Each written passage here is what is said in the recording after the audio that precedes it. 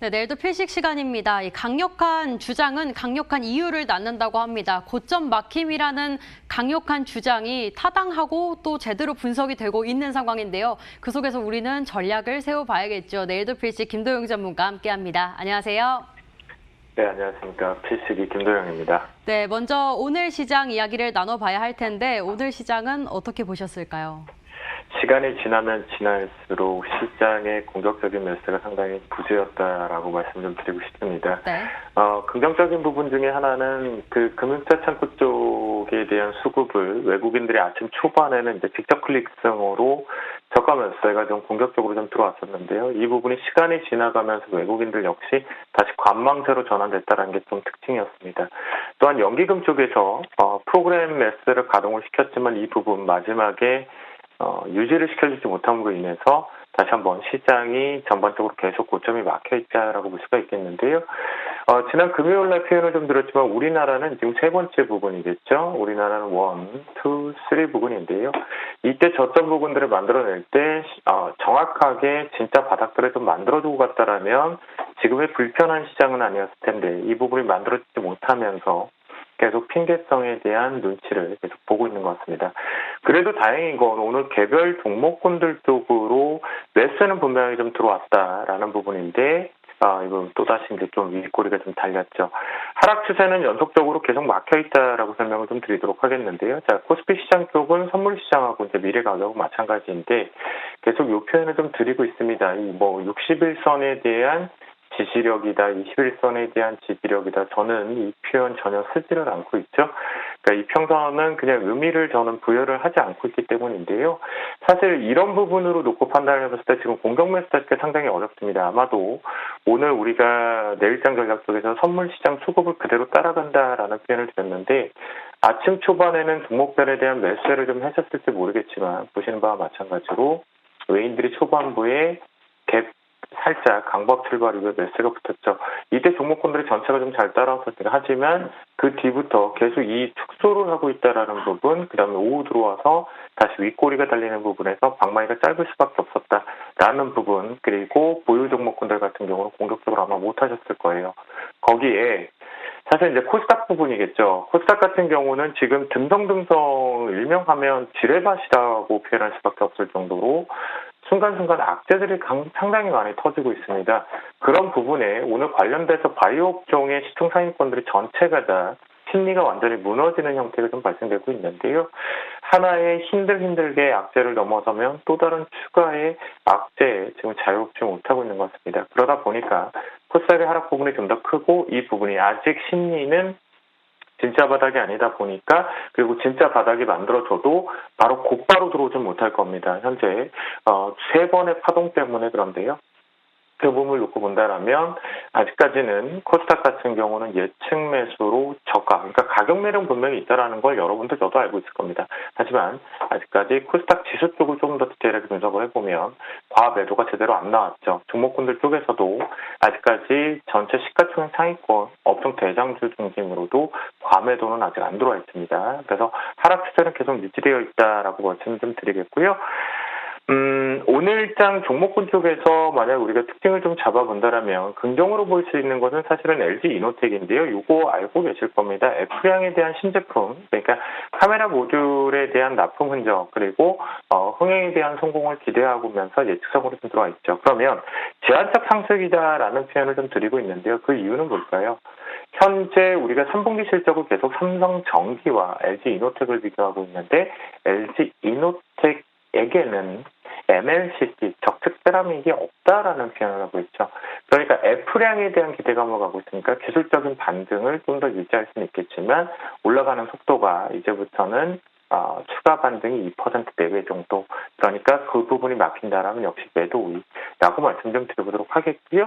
대신 이제 올 4분기를 넘어서고 나서는 추가적으로 다시 강한 상승세를 좀 볼 수가 있을 것 같습니다. 그 다음 두 번째, 오래간만에 사실 정부 정책과 함께 우리가 펀드 정관 변경이라는 표현도 좀 쓸 수가 있겠죠.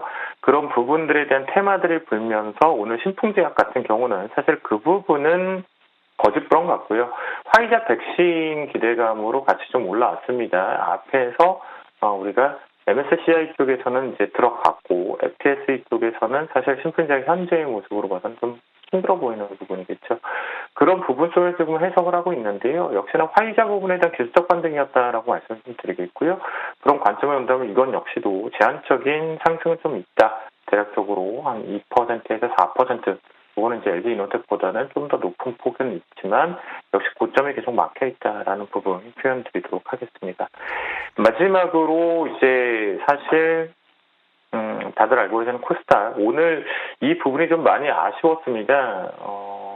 어찌됐건 유상증자 부분으로 망가지고 힘들게 이제 갈 길을 가겠다라는 부분의 이중이었었는데 오늘 또다시 악재로 악순환이 됐죠. 그런데 이 악재에 대한 해석이 이때보다 더 상당히 부정적으로 시장에서 해석을 했습니다. 그렇다고 한다면 추가 하락은 좀 열어둬야 된다라고 말씀 좀 드리겠고요. 현재 우리나라 시장의 심리를 놓고 보면 이런 악재가 발생이 되게 되면 아주 강하게 좀 주가가 일명 거칠게 변하면 좀 부러졌다가는 형태가 발생이 됩니다. 그렇기 때문에 일단 내일까지의 급격한 급락이 나오는지를 분명히 확인해 볼 필요가 있겠고요. 이 부분이 내일 빨리 나오는 것이 코스닥과 그리고 코스닥 지수 그리고 코스닥 관련된 종목군들 전체 심리가 조금은 우호적으로 바뀐다라고 말씀 좀 드리도록 하겠습니다. 네, 이렇게 시장 이야기까지 나눠봤는데요. 이제 주신 종목도 AS 해봐야 할 텐데 그 전에 수익률부터 체크하고 넘어갈게요. 최고가 기준으로 안내해드립니다. 먼저 GS건설 6%대 가지고 있고요. 또 FNF는 7%가 넘게 수익이 나고 있어요. 그리고 고려아연은 1%대 수익 가져가고 있는데 이거 더 가져갈까요? 아니면 어떻게 전략 세워볼까요? 이것도 AS 해보고요. 그리고 내일장 전략까지 세워주세요. 일단 아무래도 지금 여러분들이 오늘 특징으로 본다면 소비재 그러니까 의류 화장품 쪽으로 많이 집중되어 있다라는 게 분명히 보실 겁니다. 그리고 거기에 굳이 어찌 됐건 간에 수급이 붙었으니까요. 면세 쪽이 붙었겠죠. 그러면 확산으로 여행이랑 카지노까지 좀 계속 붙일 것 같은데요. 그만큼 시장에서는 그래도 먼저 이 소비재 쪽인 의류와 화장품으로 붙는 거 실적에 대한 기대감들이 좀 있다라고 보시면 좋겠습니다. 자, FNF 같은 경우는 역시나 이제 직전 고점 부분을 이제 뚫어내지는 못했죠. 트레이딩 관점인데요. 이 부분 같은 경우는 실제로 이 97,000원을 기점으로 해서 지지를 한다라면 역시 끌고 올라간다라는 표현을 좀 드리겠습니다. 시장에서 지금 타켓 업종이 됐기 때문이다라고 말씀 좀 드리겠고요. 그 속에서도 이제 GS건설 두 번째로 보면 사실 이제 여러 가지 내용이 있는데 GS건설 같은 경우는 현재 바닥권에서 넘어가는 것도 있겠고 오늘 동반해서 건설 쪽에 대한 움직임이 있습니다. 하지만 신사업적 기대감을 하고 가져가야 하기 때문에 이거는 강력하게 홀딩을 한번 가져가도록 하겠습니다. 단 종가상 기준에서도 역시나 26,000원을 기준으로 해서 훼손하지 않는다라면 끌고 가는 조건으로 제한부 걸어서 가지고 가도록 하겠습니다. 마지막으로 고려아연인데요. 사실 이제 롯데정밀화학 같은 경우도 계속 들고 간다라는 표현을 좀 드렸어요. 그와 마찬가지로 일단 비철금속 쪽에서 이제 가장 강한 모멘텀을 갖고 있는데 실적에 대한 우려감들을 계속 가지고 있죠. 아직까지는 정확하게 상승적으로 완벽하게 자리를 잡았다 볼 수는 없습니다. 하지만 저점 부분에 이렇게 강력하게 하나의 테스트 버전을 하고 있다라는 거, 그리고 시장에서 현재 업종에서 그래도 네임밸류상 대장 역할을 좀 하고 있는 대형주 기점으로의 저가 매수는 유지되고 있다. 그러니까 우리들 일명 표현으로 거칠게 하자면 마이너스 상태의 손실이 커지더라도 지금은 대형주에 올려야 된다라는 모습들이 있거든요. 변동성으로 보면요. 그런 관점에서 고려하면 눌림목 매수로 계속 가지고 가도록 하겠습니다. 추가 매수도 유효하다라고 말씀 좀 드립니다. 자, 내일장도 마찬가지일 것 같습니다. 좀 사실은 수급을 좀 디테일하게 표현을 드리려고 했었으나 동일하게 이게 조금 어려우실 수도 있긴 한데요. 외국인들의 선물 매수가 초반부터 들어온다라면 내가 사고 싶었던 종목에 대해서 따라 트레이딩, 방망이를 짧게 하더라도 하겠고요. 외국인들이 매도로 출발이 되면서 매도가 확대가 되면 이 부분 일단 어떻게 할까요? 그렇죠? 매수 타이밍을 살짝 한 템포만 늦춰서 바라보면 되겠죠. 그런 부분에 외국인들의 선물 수급 그대로 따라가겠다라고 말씀드리겠고요. 내일도 역시나 현재 지난 목요일부터 징후들이었기 때문에 소비재와 기초 소재 쪽은 계속 트레이딩 관점으로 집중해 보도록 하겠습니다. 자, 내일장 같은 경우는 그러다 보니까 앞에서 이제 표현하신 면세 사업이란 표현을 좀 드렸던 것 같은데요. 사실 일본 쪽 이후에 JTC도 움직였었죠. 그 부분보다는 일단은 호텔신라 쪽에 좀 집중적으로 가고 살짝 긍정적인 뉴스들이 좀 나오고 있습니다. 이렇게 박스권 형태인데요. 등배 쪽으로 놓고 판단을 한다면 대략적으로 3,000원 마디까지 된 변동폭이 있습니다. 그런 부분에서 분할 매수 관점 쪽으로 좀 가져가겠다라고 말씀 좀 드리겠고요. 대략적으로 76,500원 이하 정도는 매수 타이밍 잡도록 하겠습니다. 두 번째, 소비자 쪽으로 이제 앞에서 FNF를 먼저 눌림으로 강하게 표현을 좀 지난 시간에 바로 전날이었죠. 언급을 드리면서 매수로 트레이딩하겠다라고 표현을 드렸는데요. 그와 함께 이 부분이 확산된다라고 한다면 신세계 인터내셔널 이제 브랜드 파워를 좀 가지고 있죠. 다양한 브랜드를 그런 관점에 틈새 쪽 매매 트레이딩 해보자라고 말씀드리겠고요. 마지막적으로 이제 소재단이 조금씩 움직이는 것 같습니다. 아직까지는 본격화는 되지 못하고 있는데요. 역시나 가들이 박스권 상태에서 눈치를 극심하게 보고 있는 상황인데요.